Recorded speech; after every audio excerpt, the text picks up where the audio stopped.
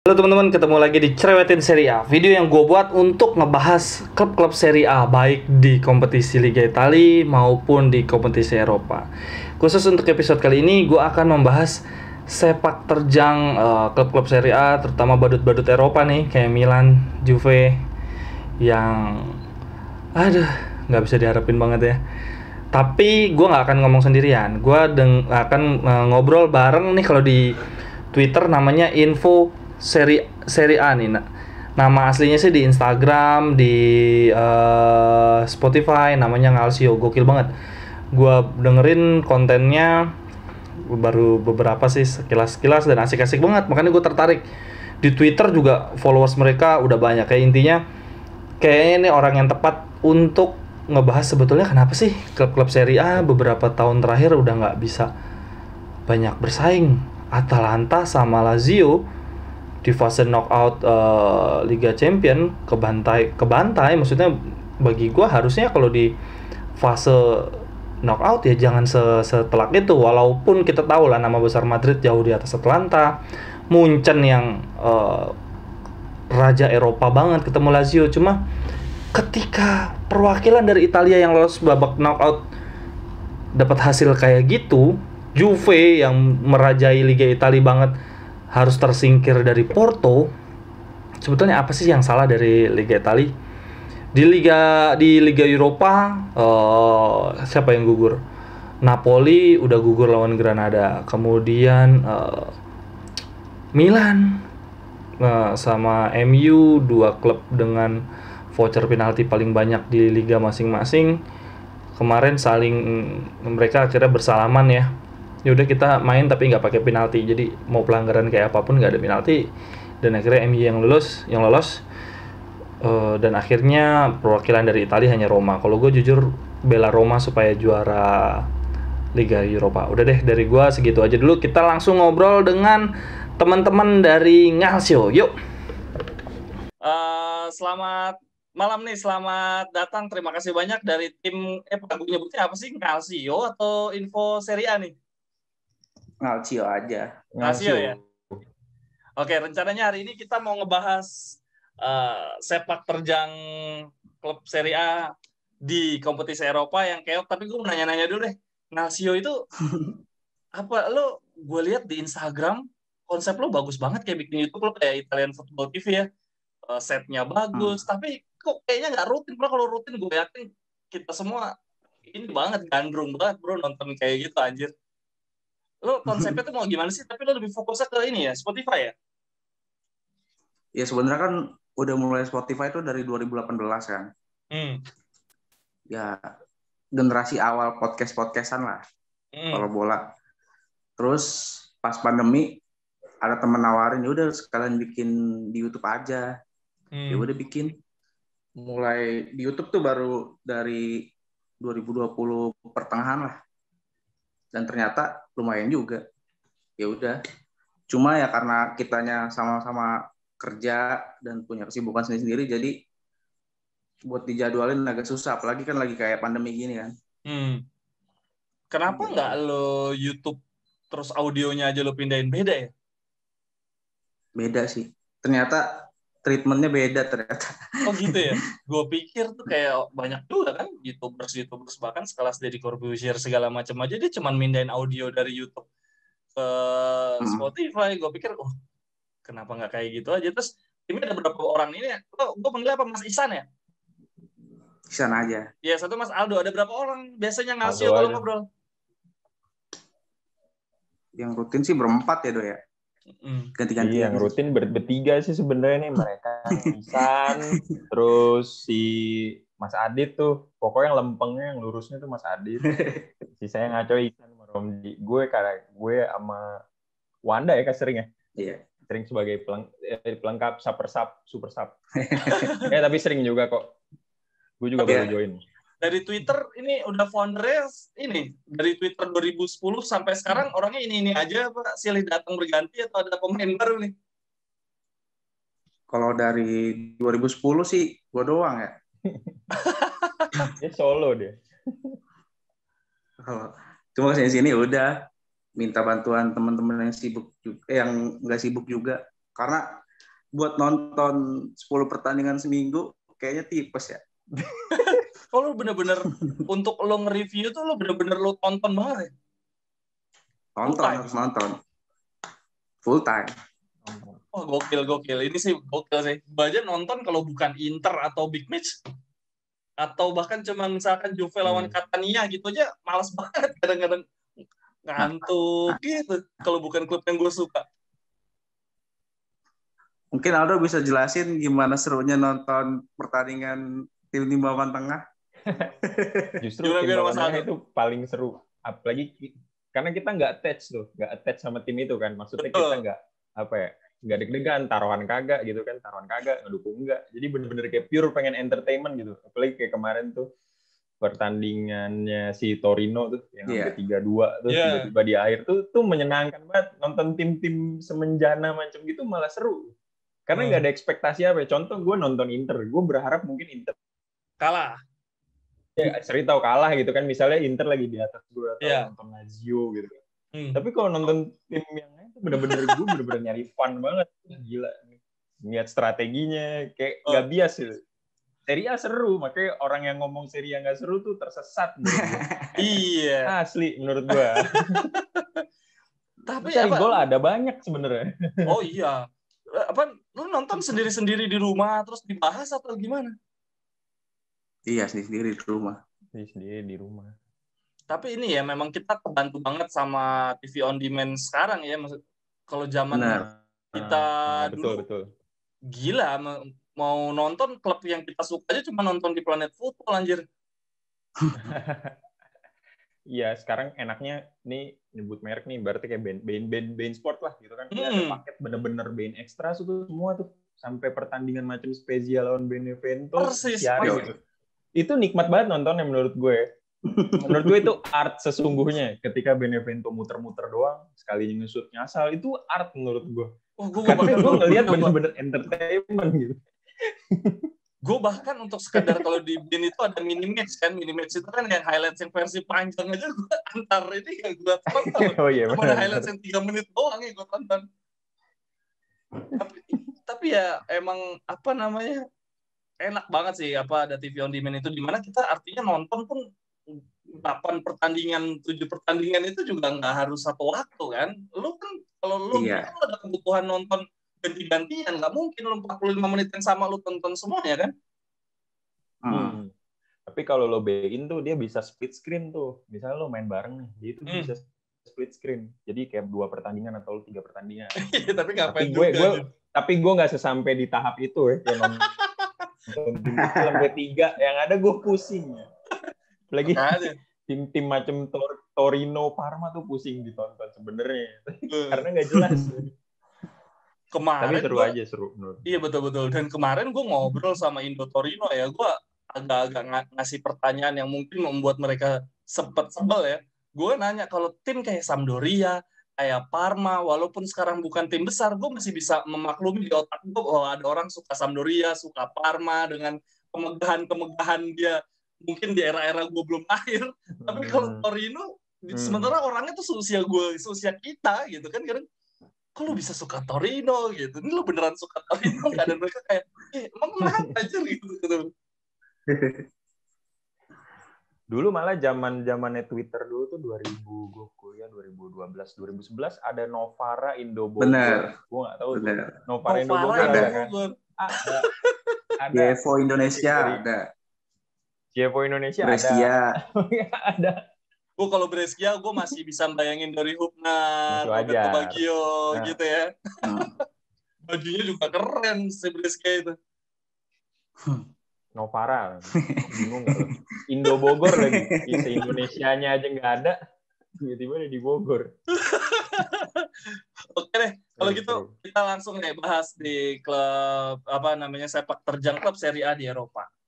Juve, takluk. Sebelum Juve lah, Inter jagoan gua aja, bahkan sama Shakhtar Donetsk aja nggak bisa masuk Europa League anjir. Terus Napoli di Europa League ini di stage yang sebelumnya udah keok duluan, dia lawan siapa? Granada atau gue lupa siapa. Granada benar. Seberapa parah sih sebetulnya menurut lo kalau lu kan lu bilang tadi lu nonton tim papan tengah, terus kita full taktik, tapi Napoli lawan Granada aja hancur loh. Inter lawan Shakhtar Donetsk. Ini Shakhtar Donetsk hancur sama Roma kan telak kan berapa sih? 5-1 ya? 5-1. Agregatnya 5-1. Iya, agregatnya 5-1. Tapi kalau menurut kalian gimana? Siapa lo nih? Dari gue dulu. Lo Aisyah. Dari gue ya, kalau Inter mungkin Antonio Conte karena terlalu visioner, jadi dia kayaknya lebih baik gue fokus di Liga aja. Takut dia ya? Enggak. Kalau Inter ya bad luck-nya sih dapat grup bersama Madrid. Dan ya menurut gue sih dua leg nggak bisa menang lawan Shakhtar Donetsk juga itu bukannya level Inter ya. Maksudnya setidaknya gitu dapat 1 menang lah ya kan. Iya, dua-duanya 0-0. Ya cuman itu ya mungkin ya karena bad luck aja. Apalagi awal musim kan Inter lumayan banyak yang itu tuh absen. Betul. Ya apalagi kan Conte kita tahu dia selalu mainin pemain yang hampir sama di setiap laga gitu loh. Sedangkan untuk 2 kompetisi memainkan pemain dengan itu aja kan susah. Berat ya. Berat. Apalagi di COVID ini 3 hari sekali main loh. Nah itu. Terus kalau tim-tim lain ya sebenarnya kalau yang kemarin lolos 3 di Champions League kan Juve, Atalanta sama Lazio. Ya Lazio sama Atalanta bisa dibilang kalah kualitas lah. Loh, itu dia. Ini di fase knockout Liga Champion, Atalanta selisih golnya jauh banget sama Madrid ya.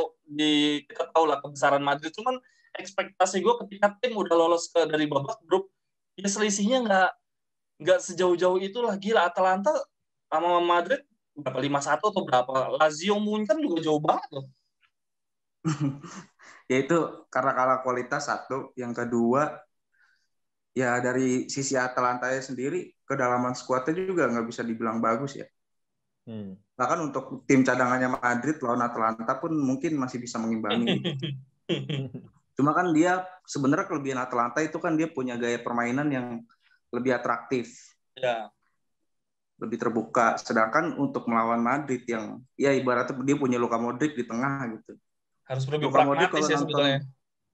Nonton leg keduanya Madrid lawan Atalanta itu di pressing segitu aja dia masih bisa santai loh.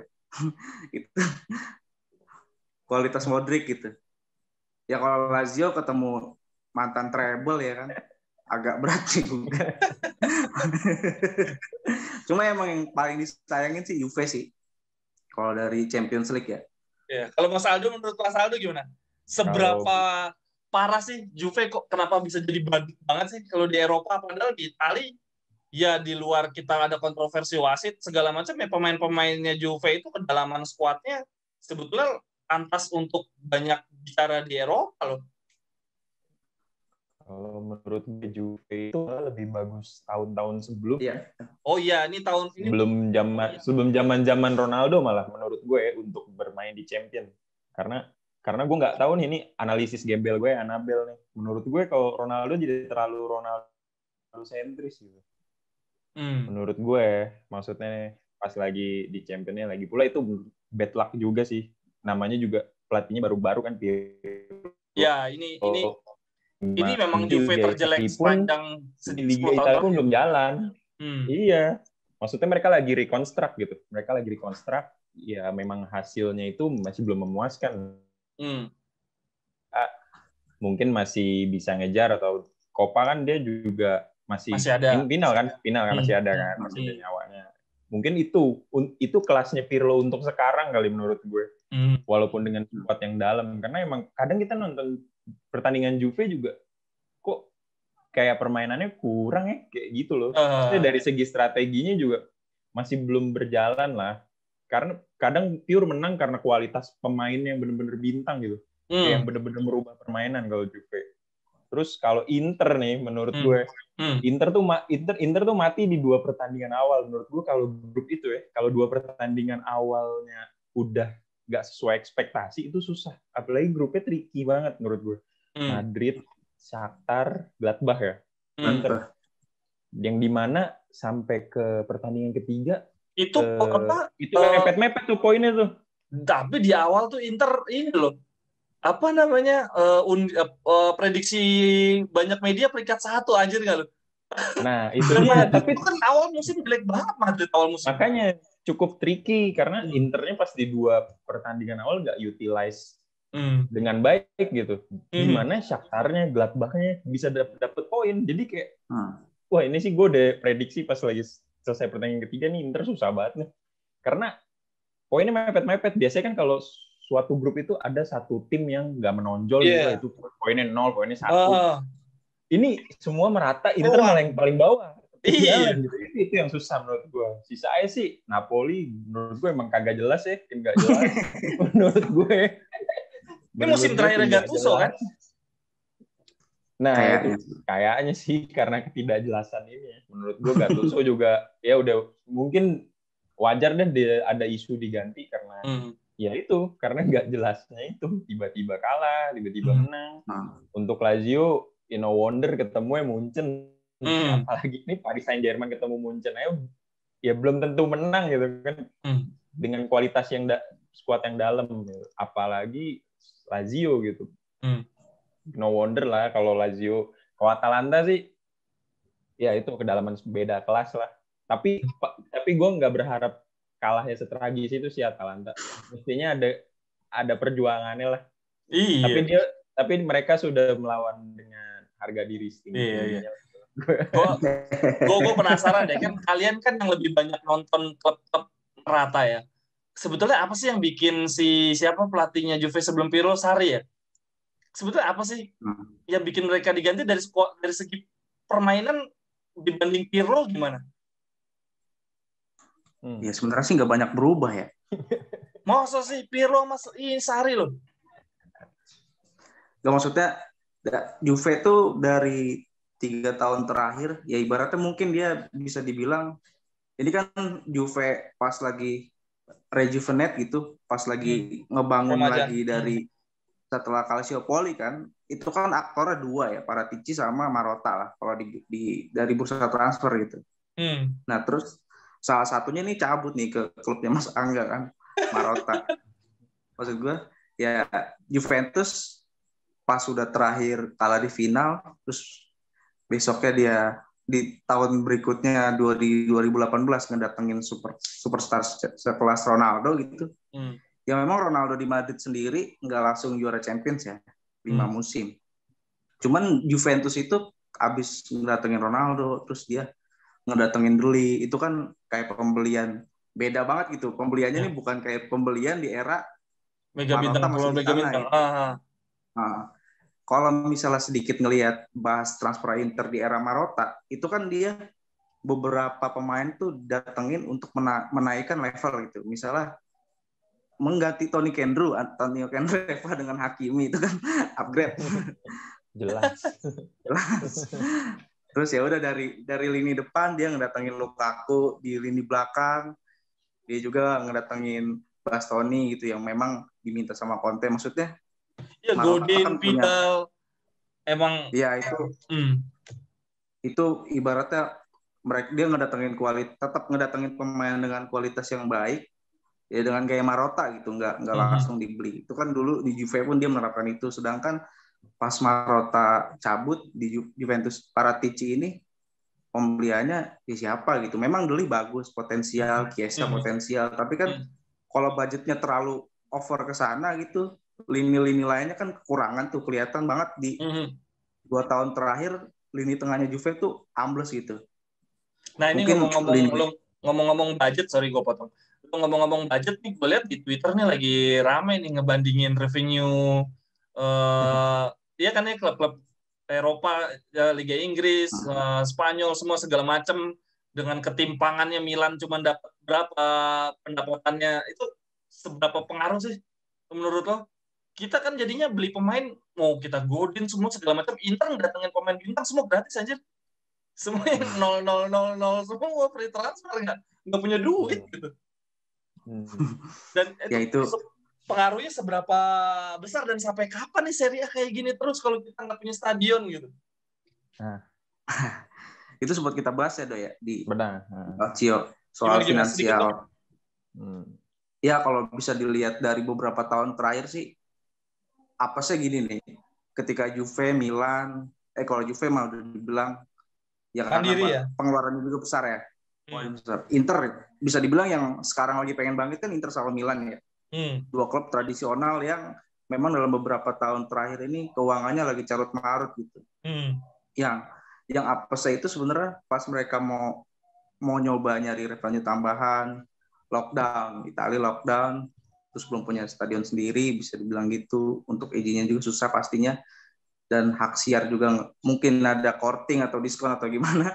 Maksudnya nih dari segi pendapatan nih malah drop gitu. Ini susah banget sih untuk tim sekelas Barcelona aja, dia masih hancur, apalagi tim-tim yang emang kayak Milan atau Inter yang lagi mau mencoba membenahi finansialnya ya. Itu ya susah banget sih. Ya itu berdampak juga ke performa, bukan cuma Inter sama Milan, Roma pun. Aldo mungkin bisa jelasin keuangan dalam beberapa tahun terakhir gimana tuh? Ya, iya, kalau menurut gue jelas kita nggak bisa ngadu lari sama Juve ya, masalah finansial ya. Juve udah jelas-jelas settle, kuda-kuda udah kuat, dia udah punya stadion di mana itu salah satu source revenue-nya dia gitu. Sedangkan kita ini di sini yang belum punya stadion ya, seperti kayak Roma, seperti kayak ya Inter sama Milan, maksudnya stadion pribadi, itu source revenue-nya ialah dari jelas-jelas dari masuk Liga Champion, terus dari tiket yang dibagi lagi mungkin sama pemerintah kalau nggak salah gue gitu ya alokasinya, terus sama ya merchandise dan lain-lain. Untuk zaman dulu mungkin itu masih kuat karena Serie A ialah liga yang besar gitu. Dari merchandise semua spotlight ke Serie A. Sekarang kita ini udah kalah spotlight dengan liga-liga lain, yang dimana source revenue kita itu udah sangat turun, terus juga kita nggak punya stadion. Itu sangat jelas. Jadi strategi transfer juga pasti memikirkan ke depannya, nggak boleh boros-boros amat sih. Contoh kayak pembelian misal Inter atau Juve, Inter atau Milan, kesannya ambil yang gratis-gratis gitu.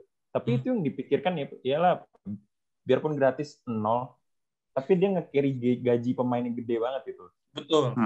Ibaratnya beli siapa ya dulu? Beli Tevez dulu misalnya Juve. Taruh contohnya Juve aja lah. Contoh Juve beli Tevez 0 ibaratnya, tapi dia itu nge-carry gajinya Tevez itu 9 juta, 8-10 juta euro gitu. Dan 5 tahun. Itu sama aja menurut gue beli pemain 40 juta euro dengan gaji 2,5 juta atau 3 juta gitu kan. Itu sebenarnya strategi sih, saling subsidi silang. Cuman keluar uang kehidupan atau uang bulanan gitu ya. Benar. Menurut gue justru Italia ini agak susah sih, maksudnya kalau belum dapat stadion ya, kayak makanya Roma tuh nge-push banget kan punya stadion, dan yang lain pasti punya stadion karena selain source revenue-nya sesimpel dari tiketnya udah di-maintain pribadi, ialah kalau contoh di Roma itu ialah stadion itu dijadikan suatu spot untuk wisata. Karena misalnya Roma dan Milan ialah salah satu spot pariwisata terbesar Italia, makanya udah di-expect berapa attendance-nya nanti selain dari sepak bolanya, dan juga nanti dari wisatanya, tour stadium seperti kayak di Manchester United gitu. Kayak gitu-gitu tuh sangat penting sih menurut gue. Makanya itu Italia, gue baca berita tentang bangun stadion entah dari kapan tahu. Kalau dari lebih banyak tahu tuh, itu sebetulnya kapan sih sebetulnya, apa wacana doang apa kalau Roma enggak. Kalau Roma tuh nggak wacana ya. Udah peletakan batu pertama, tapi udah sampai batu aja. Batu berikutnya nggak ada duit untuk beli batu berikutnya. Batu Supreme, ntar batu bata. Enggak. Jadi kalau Roma itu sialnya itu ialah bukan Roma sih, di Italia itu politik dan birokrasi untuk membangun stadion, tanah itu sangat berat. Jadi kayak FIGC dan maksudnya ibaratnya klub pengen maju, pasti mindset klub udah ngelihat klub-klub luar negeri lain lah. Tapi Italia itu tidak sebaik itu gitu untuk mengakomodir. Contoh kayak wali kota Roma Virginia Raggi, kita udah memberikan segala, udah due diligence, udah cek amdalnya lah, terus apanya itu tetap aja karena birokrasinya rumit, jadi ya mundur. Akhirnya harus itu apa sih sebetulnya? Lo pernah baca artikel, gue gitu nggak baca deh. Maksudnya apa sih dari yang lo baca? Kenapa bisa ada kayak mempersulit segala macam? Maksudnya itu apa karakter orang Itali yang ngerasa mereka hebat atau gimana sih? Karena tertinggal banget lo. Jangan kan stadion lo lihat grafik apa visual nonton Liga Spanyol sama Liga Italia, kayak nonton Liga Italia zaman RCTI dulu gak berubah-berubah gitu-gitu doang. Nah, itu mungkin habit orangnya kali, maksudnya lebih ke budaya orangnya kali, kultur orangnya tuh maksudnya yang jadul, nggak mau maju gitu. Mungkin ya menurut gue nggak tahu juga ya. Masih dari glorifikasi zaman gladiator zaman dulu bisa jadi, terus gitu ya? Bisa jadi. Tapi namanya birokrasi kan itu ada oknum lah. Bahasa orang Indonesia kan pasti ada oknum. Pasti nggak semuanya lah. Pasti ada oknum yang nggak mau maju demi kepentingan diri sendiri. Menurut gue itu. Ya, tapi sebesar bangsa Eropa loh, gue nggak ngerti. Kalau itu apa sih? Itu pengaruhnya di mana sih visual? Gue nggak tahu kalau visual kita nonton bola di TV itu grafik Liga Spanyol bisa sampai angle kiri kanan bawah atas kita gitu. Itu dari broadcastnya ya. Iya, kenapa yang Italia di trade masih ala jadul gitu? Kadang-kadang dari proses bidding hak siarnya pun ya masih dia aja sih yang menang gitu. Coba contoh gini aja deh kalau mau ngebandingin. Misalnya Sabtu malam jam 9 itu kan prime time untuk orang Asia misalnya. Itu kan orang-orang Serie A tuh nggak notice ke situ gitu. Jam 9 yang main misalnya Benevento Spezia diadu sama Liga Inggris misalnya nih yang main Spurs lawan siapa, MU atau apa gitu kan. Emang mereka tuh nyari market Asia. Bahkan kalau misalnya lihat ke Liga Inggris itu kan dia udah ngitung market Asia ini lebih besar. Makanya mereka siap main lebih pagi gitu buat nyari itunya. Iya, apalagi dia awareness-nya kurang. Betul. Iya, sisi awareness-nya kurang emang. Ya kayak gitu-gitu sih banyak sih kalau di Italia tuh kekurangannya ya. Betul banget. Milan Inter pasti jam 2, jam 1:30. Ayo Milan Inter. Iya, itu baru Milan kemarin kejadian. Iya, derby bisa di jam 9 ya.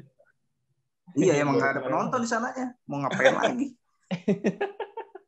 Iya, maksudnya gue bingung kok nonton Liga Italia gambarnya gitu-gitu aja tuh, maksudnya karena hak siarnya Liga Italia itu nggak layak untuk dikasih bagus, apa dikasih segini aja udah ada yang nonton. Makanya gue bilang kok ini ketinggalan banget sih kita ini. Terus kapan mau majunya? Udah sekarang lanjut deh. Roma. Kalau Roma prediksi gimana di Liga Eropa? Gue jujur aja kalau kompetisi Eropa gue selalu belain tim-tim Italia ya, tapi jangan sampai juara. Kalau Juve sama Milan final-final kalah gue seneng lah, biar capek gitu kan. Tapi kalau Roma, Lazio, Napoli, Atalanta juara, oke aja kalau gue. Kalau prediksi gimana Mas Aldo? Tadi gue sebelumnya sebelum drawing gue udah WA-an sama Isan kan. Feeling gue Arsenal. Pokoknya Roma tuh selalu sial deh kalau misalnya drawing gitu. Bener Ajax kan, yang menurut gue sih sial ya. Lo ada Granada, Zagreb, Sparta, lo dapatnya Ajax lagi. Ya gue sih jujur aja konservatif aja ya. Menurut gue sih ya susah sih untuk lolos ya, karena lolos pun nanti ketemu MU lagi kemungkinan besar ya. MU ketemu siapa? MU gue lupa. MU Granada. Oke. Granada. Nah, lo bayangin tuh, MU-nya ketemu Granada. Arsenalnya ketemu Zagreb apa Praha ya? Zagreb maksudnya. Nah, Roma-nya ketemu Ajax yang benar-benar seimbang, yang bisa dibilang seimbang lah ya, berarti nggak lebih lemah lawannya gitu kan. Malah lebih kuat. Ya itu sih, gue sih konservatif aja. Gue mau ngikutin tim-tim Italia lain lah. Pokoknya setelah keluar dari Eropa, fokus Serie A-nya langsung gila asli. Contoh Inter gitu kan. Iya. Langsung, apalagi Roma squad itunya kan nggak begitu dalam Roma ya. Squad maksudnya nggak kayak Juve yang mungkin cadangannya juga sama kuatnya. Inter yang cadangannya sama kuatnya. Back sayapnya ada banyak lagi kan Inter. Nah Roma juga kalau pace-nya main terus kayak 3 kali dalam seminggu, itu recast drop sih bisa tipes.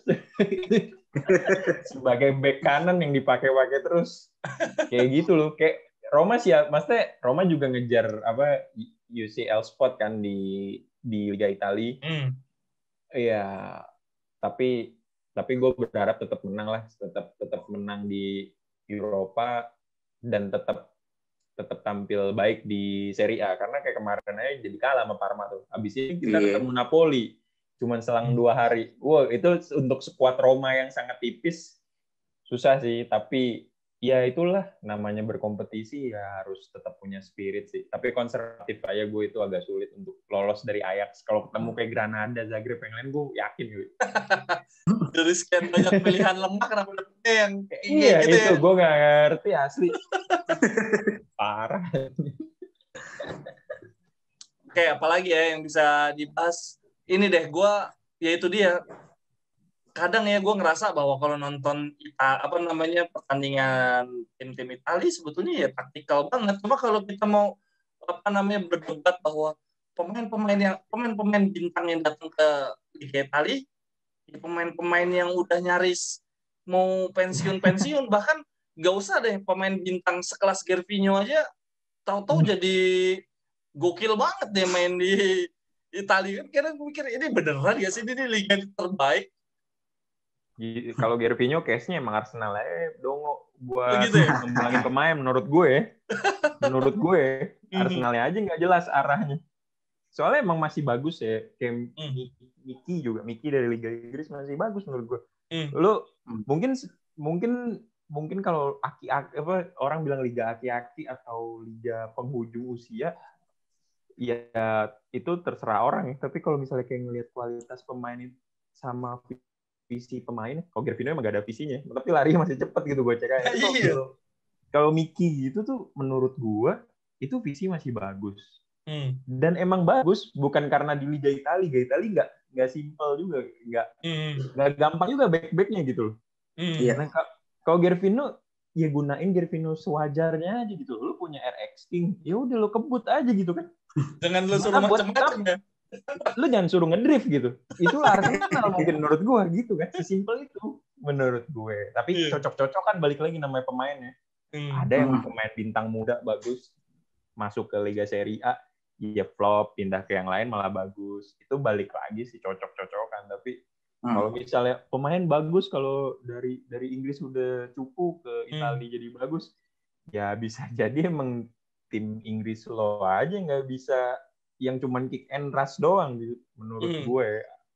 Gitu ya, sih. itu dia. Tapi kadang yang jadi sebel adalah pemain yang akhirnya jadi bintang di Liga Italia itu pemain yang udah usang banget. Contoh dulu Miroslav Klose, ada Ribery, ada pemain yang udah kebintangannya udah habis, Ronaldo lagi datang, mungkin musim depan Messi ke Inter gitu. Terus Lukaku contoh sekarang juga bagus, tapi kan dulu sebelum datang ke Inter di MU juga dia lagi jemblok gitu. Itu kan udah lama banget Liga Italia itu nggak kehadiran orang yang memang di liga lain lagi keren-kerennya gitu. Dan kita itu sampai balik lagi ke masalah awal tuh finansial. Dan sampai kapan kita harus kayak gitu?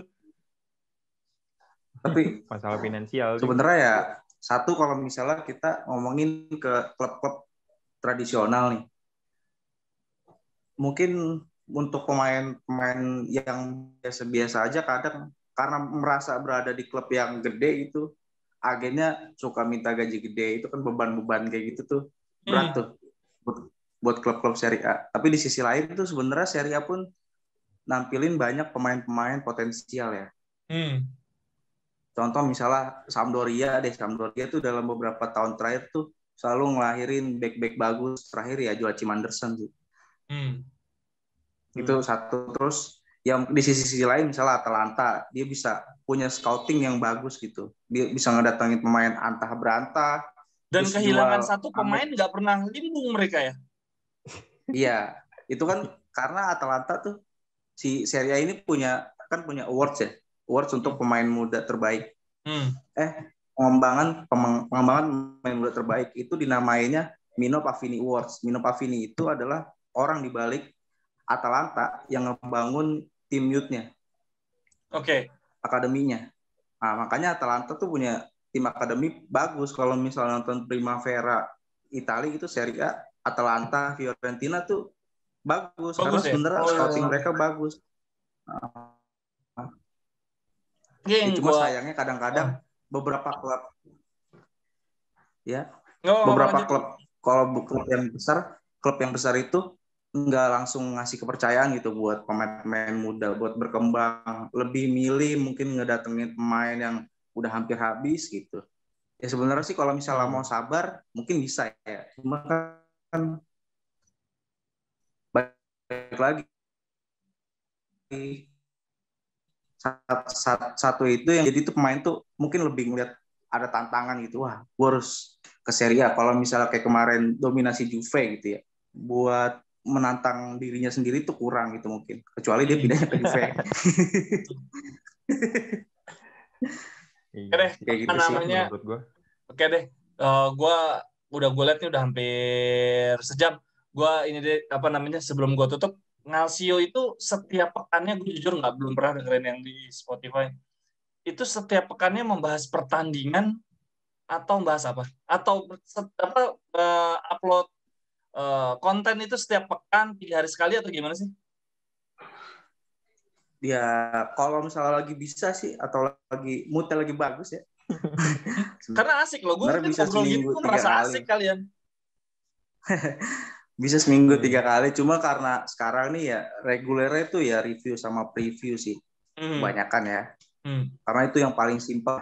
Maksudnya kan kita nonton terus kita bahas permainannya atau apa kayak gitu-gitu sih. Cuman sebelumnya pun kita udah banyak bahas soal gimana pemilik klub dari zaman ke zaman, terus apa perkembangan taktik-taktik, ya banyak lah. Cuma kan itu kan evergreen ya. Jadi kita harus siapin datanya. Ya karena sekarang pun jadwal udah padat banget nih. Kadang kita ngikutin liga aja udah kewalahan, apalagi sekalian bikin konten. Ya udah deh, oke deh. Sampai di sini dulu. Terima kasih banyak Mas Ihsan, Mas Aldo. Mohon maaf nih kalau obrolannya nggak sesuai ekspektasi. Sukses terus buat Ngalsio. Yuk, siap. Oke deh, thank you ya bro. Siap. Sama-sama, makasih. Thank you. Ciao.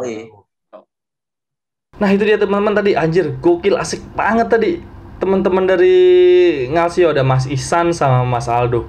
Gak nyangka punya bisa berkenalan dengan orang sebaya gue yang mereka memperhatikan sepak bola sedalam itu. Gue tadinya nggak yakin loh komentator atau pundit-pundit nama besar di Indonesia yang nonton Catania lawan Novara mungkin kayak si tadi temen-temen dari Ngalsio, ternyata mereka sebelum ngobrol, sebelum bikin konten mereka nonton dulu. Gue aja enggak loh, gue cuma nonton Inter. Gue salut deh buat mereka. Jadi jangan lupa dengerin Spotify-nya. Gue sih abis ini gue yakin gue bakal dengerin rutin karena asik banget. Oke deh, sampai di sini dulu untuk teman-teman. Gimana gue bikin ini dengan harapan bisa ngobrol dengan teman-teman. Silahkan di kolom komen kita diskusi bareng. Kalau punya ide untuk ngundang siapa lagi akun-akun sosial media atau fanbase, silahkan sarannya gue mau undang. Gue sejauh ini lagi ngontak komunitas Juventus nih, belum ada yang jawab. Juve JCI itu belum masih ngasih jadwal. Kemudian ada siapa lagi, JCI, kemudian gue jadi lupa, ada Juventus garis lucu juga masih nunggu kabar. Gue padahal pengen banget ngobrol dengan fanbase di luar Inter biar ada sedikit rivalitas. Kita kan nonton bola sekali lagi bukan nonton kartun ya, kita punya pandangan berbeda ya, asik-asik aja. Oke deh, sampai di sini dulu cerewetin Serie A. Terima kasih banyak buat teman-teman